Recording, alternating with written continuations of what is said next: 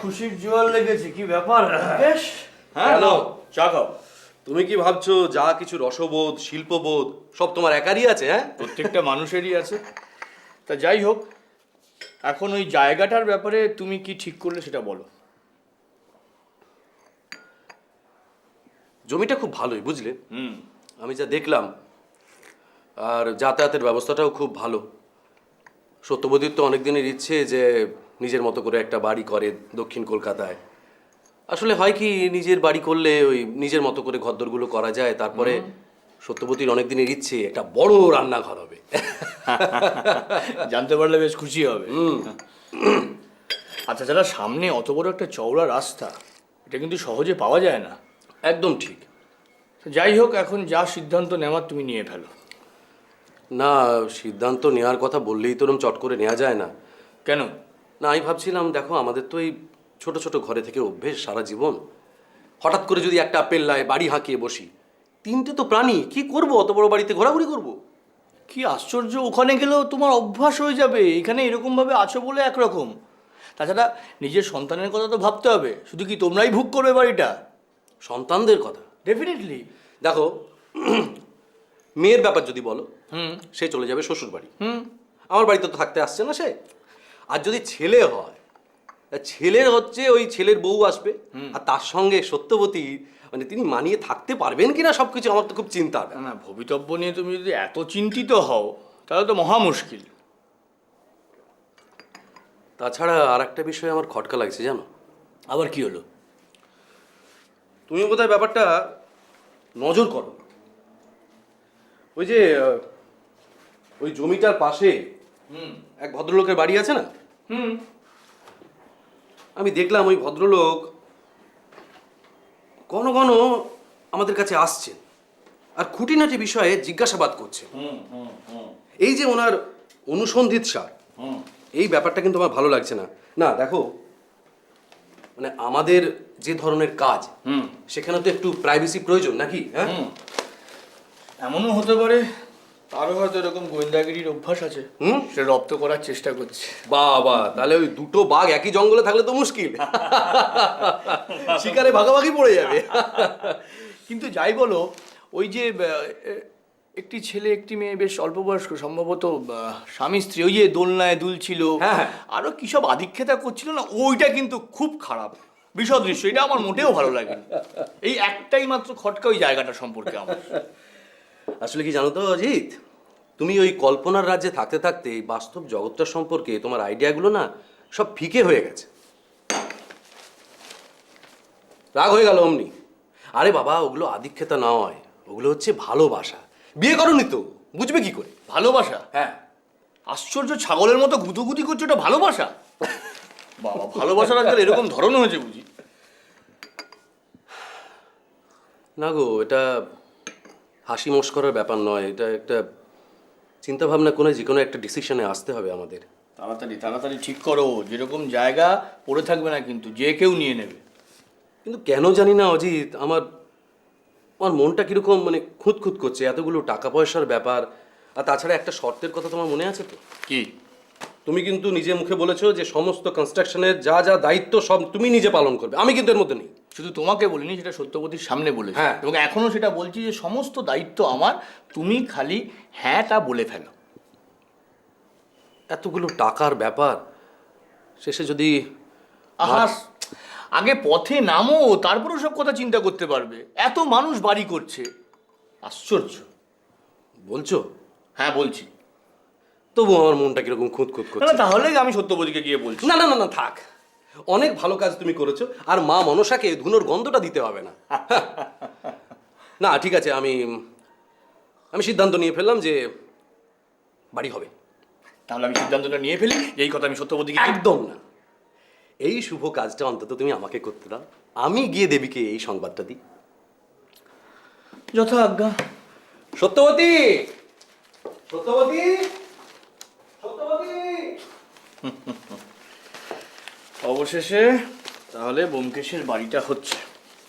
क्या बात है।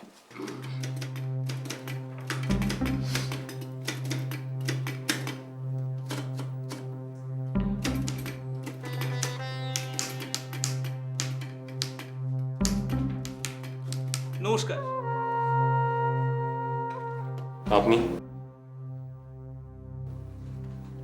আপনারা বিজ্ঞাপন দিয়েছিলেন তাই। ও হ্যাঁ হ্যাঁ, বসুন বসুন।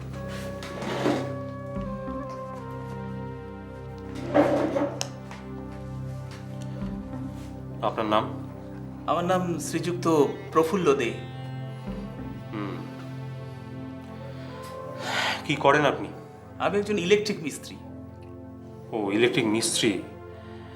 কিন্তু আমরা তো ইলেকট্রিক মেল্টারের জন্য বিজ্ঞাপন দিয়েছিলাম। আমি জানি আপনাদের বিজ্ঞাপন আমি দেখেছি। আমি এর আগে মেল্টারের কাজ করিনি বটে, কিন্তু আপনারা যদি একটু সুযোগ দেন আমার মনে হয় আমি এ কাজ করতে পারবো। আপনার সার্টিফিকেট এনেছেন? হ্যাঁ, এই যে।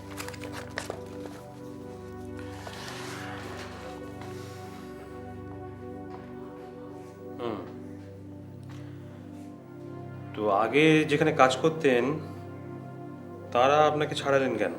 দেখুন, ওরা আমাকে ছাড়ায়নি, আমি নিজেই ছেড়ে চলে এসেছি। মায়না খুবই কম, তার মধ্যে খাটনির কথা না বললেই ভালো। এখন অন্য জায়গায় চেষ্টা করছি।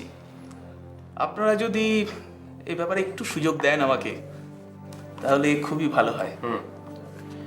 বেশ, আপনি একটা কাজ করুন, আপনি এখানে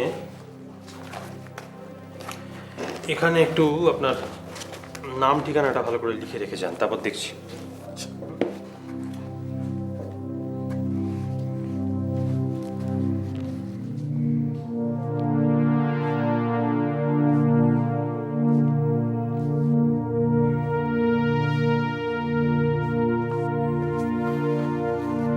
আসুন।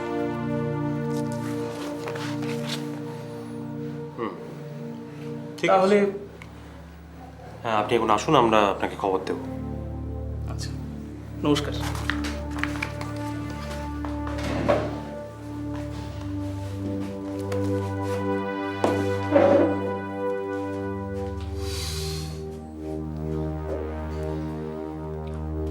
না হে রাখাল, এ লোক সে লোক নয়। চেহারা দেখে তো আমারও তাই মনে হলো ব্যোমকেশ দা। কিন্তু আমাদের আরো অপেক্ষা করতে হবে। তাই তো দেখছি। তবে আমাদের বিজ্ঞাপনটা এখনো চালিয়ে যেতে হবে, বুঝলি? মানে যদি চোখে না পড়েও থাকে, একদিন না একদিন ঠিকই চোখে পড়বে। নগদটা তাই করতে হবে।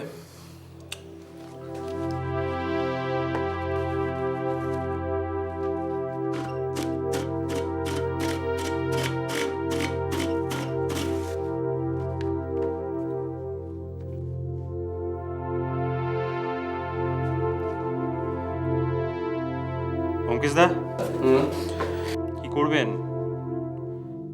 আজ আর অপেক্ষা করবেন নাকি?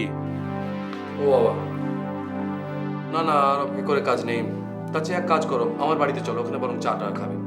না না, এখন এখন আপনার বাড়িতে গেলে হবে না, আমার ওদিকে থানায় অনেক কাজ পড়ে রয়েছে। ভাবছি তাহলে যাওয়ার সময় একবার ওখানে ঢু মেরে যাবো। বলছো?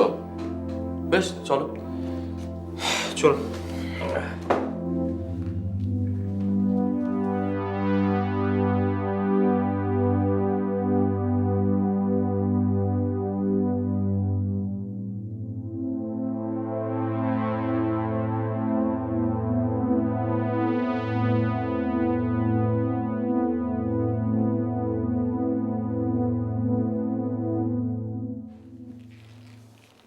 কি গো, কি খবর? আজও আসেনি? না গো, কতদিনের অফিস সাজিয়ে তোমরা বসে থাকবে বলো তো? দেখি আর কয়েকটা দিন দেখি, তা না হলে অন্য কোনো ব্যবস্থা নিতেই তো হবে। আচ্ছা, এর মধ্যে অশোক মাইতির সঙ্গে দেখা করেছিলে? হ্যাঁ, সত্যি ওর অবস্থা না খুব খুব শোচনীয়, জানো। মানে অফিসের ছুটিও শেষ হয়ে আসছে, অথচ মিরাটে ফিরে যেতে পারছে না। সত্যি কি অবস্থা বলো তো? ওর বাড়ি থেকে কেউ ওর সঙ্গে দেখা করতে আসেনি? বাড়ি থেকে আর কে আসবে? বাড়িতে আছেটে আর কি, ওই বৃদ্ধ মা আর একজন বোন। আর তাছাড়া মা তো অশোক মাইতিকে দেখবে বলে একদম ছটপট করছে। স্বাভাবিক, বেচারা ছেলেটা বিদেশ বিভু এসে কিরকম একটা বিপদে পড়লো বলো তো, চিন্তা হবে না? হুম, যাকে ওসব কথা বাদ দাও। ওই অজিত কোথায় গেল? কোনো পাত্তা নেই, কোথায় গেছে কিছু জানো? না গো, সেই তো সকালে বেরিয়েছে, দুপুরে খেতে পর্যন্ত আসেনি। আমি অপেক্ষা করে করে খেয়ে নিলাম।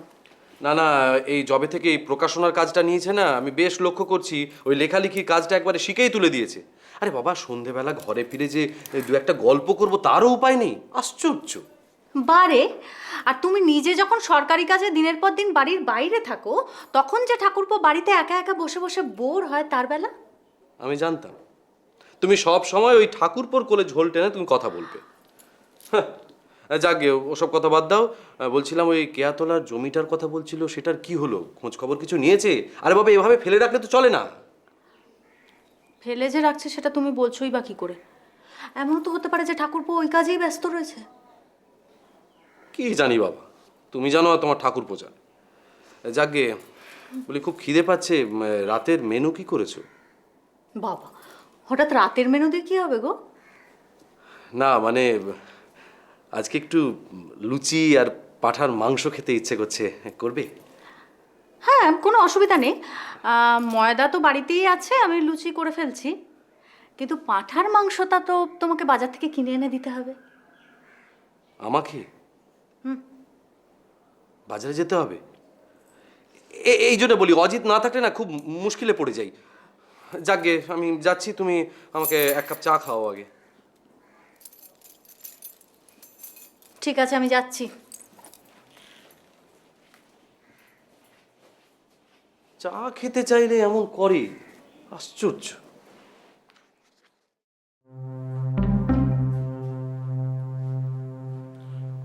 আসবো স্যার? হ্যাঁ হ্যাঁ, আসুন। নমস্কার।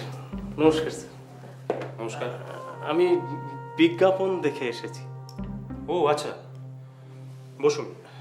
ধন্যবাদ স্যার। আসলে ওই ঠিকানা খুঁজে পেতে একটু অসুবিধে হলো, না হলে আমি আরো আগেই আসতাম। কেন? এখানে ঠিকানা খুঁজে পেতে তো অসুবিধা হওয়ার কথা না। যাই হোক, আপনি ইলেকট্রিক মেল্টারের কাজের জন্য এসেছেন তো? আগে হ্যাঁ স্যার। আপনার সার্টিফিকেট এনেছেন? না স্যার, সার্টিফিকেটগুলো মানে হারিয়ে গেছে স্যার। আসলে 3 বছর অসুস্থ হয়েছিলাম তো স্যার, কাজ ছেড়ে দিয়ে চলে গিয়েছি, তারপরে সার্টিফিকেটগুলো হারিয়ে গেছে স্যার। 3 বছর আপনি অসুস্থ ছিলেন? হ্যাঁ স্যার। আগে কোথায় কাজ করতেন? হ্যাঁ, আগে কোথায় কাজ করতেন? নাগপুরে স্যার, একটা আয়রন ফাউন্ড্রি আছে, সেখানে কাজ করতাম স্যার। আমি কিন্তু স্যার সত্যি ইলেকট্রিক মিটারের কাজ জানি স্যার। না, আপনাদের যদি বিশ্বাস না হয়, আমি আমার নিজের খরচায় বোম্বে থেকে আমি প্রমাণ করতে পারি স্যার। হ্যাঁ, বাহ, গুড। মানে এটা তো বেশ মন্দ কথা বলেননি তাহলে। কিন্তু দেখুন, মানে বোম্বেতে তো আমাদের হেড অফিস, এটা ব্রাঞ্চ অফিস, এই সবে খোলা হয়েছে, তাই আমি তো একার দায়িত্বে সমস্ত সিদ্ধান্তটা নিতে পারি না। তো আপনি যদি একটা কাজ করেন হ্যাঁ স্যার, বলুন স্যার। দেখুন, আমরা যদি আপনার হয়ে একটা তার বোম্বেতে আজকে পাঠিয়ে দিই, তো তার উত্তর আসতে আসতে কাল বিকেল, সেই সময় যদি আপনি একবার আসেন তাহলে। হ্যাঁ স্যার, নিশ্চয়ই স্যার, আমি নিশ্চয়ই আসবো স্যার। হ্যাঁ, বেশ। বক্সি, হ্যাঁ স্যার। তুমি একটা কাজ করো, তুমি খুব ভালো করে ওর নাম ঠিকানা এটা লিখে রাখো। হ্যাঁ, আমার নাম নৃসিংহ মল্লিক। লেখো, নৃসিংহ মল্লিক। নৃসিংহ মল্লিক। হ্যাঁ স্যার। ঠিকানা? ঠিকানা ওই 17 নম্বর কুঞ্জ মিস্ত্রি লেন। 17 নম্বর কুঞ্জ মিস্ত্রি লেন। কুঞ্জ মিস্ত্রি লেন। হ্যাঁ স্যার। ব্যাস, হ্যাঁ স্যার। ঠিক আছে নৃসিংহবাবু, আপনি আজকে আসুন। হ্যাঁ, নমস্কার। নমস্কার স্যার। হ্যাঁ, নমস্কার।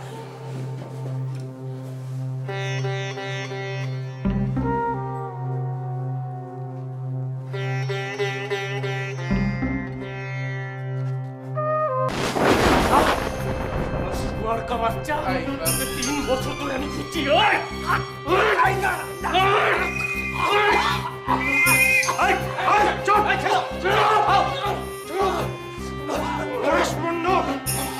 গঙ্গাপদ চৌধুরীকে খুনের চেষ্টার অপরাধে তোমাকে গ্রেফতার করা হলো। বেঈমান, তোর বুক চিজের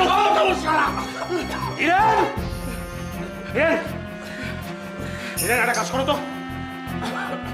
এই যে এখানে এই নরেশ মন্ডলের ঠিকানা ভালো করে লেখা আছে, ও ঘর ভালো করে সার্চ করবে, সেখানে নিশ্চয়ই একটা রিভলভার কিংবা পিস্তল পাওয়া যাবে। যাও, আমি দেখছি। এই দুটোকেই আমি লকাবে পড়ার চেষ্টা করছি। হ্যাঁ, তুমি অশোক মাইতিকে খুন করার চেষ্টা করেছো। হ্যাঁ, তুমি একদম কথা বলবে না। তোমার অপরাধের শাস্তি ইন্ডিয়ান পিনাল কোডের কোন ধারায় পড়বে সেটা আমাদের পাবলিক প্রসিকিউটর ঠিক করবে। এখন চলো থানায়। চলো, এটা কথা বলবো।